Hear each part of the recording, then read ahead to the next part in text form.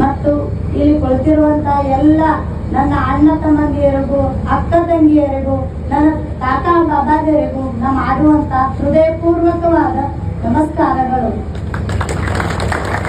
ಇವತ್ತಿನ ದಿವಸ ಜಿಲ್ಲಾ ಪರಿಷತ್ ಉಮೇದುವಾರಾಗಿ ನಾ ಸೌ ಸಾವಿತ್ರಿ ತಮ್ಮನಗೌಡ ರವಿ ಪಾಟೀಲ್ ಈ ಇಲೆಕ್ಷನ್ ನಡೆಸಲಿಕ್ಕೆ ತಯಾರಾಗಿದ್ದೀನಿ.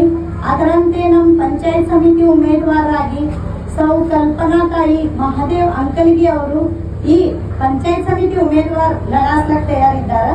ಅದರಂತೆ ನಮ್ಮ ಮಾಡ್ಯಾಳ್ ಬೆಟ್ಟದ ಪಂಚಾಯತ್ ಸಮಿತಿ ಉಮೇದುವಾರರಾಗಿ ನಮ್ಮ ಕೋರೆ ಕಾಕು ಅವರು ತಯಾರಾಗಿದ್ದಾರೆ. ಇಲ್ಲಿ ನಾ ಎರಡು ಮಾತು ಮಾತಾಡಲಕತ್ತಾರ, ನನಗೆ ಏನ್ ಮಾತಾಡ್ಬೇಕು ತಿಳಿಯೋದು.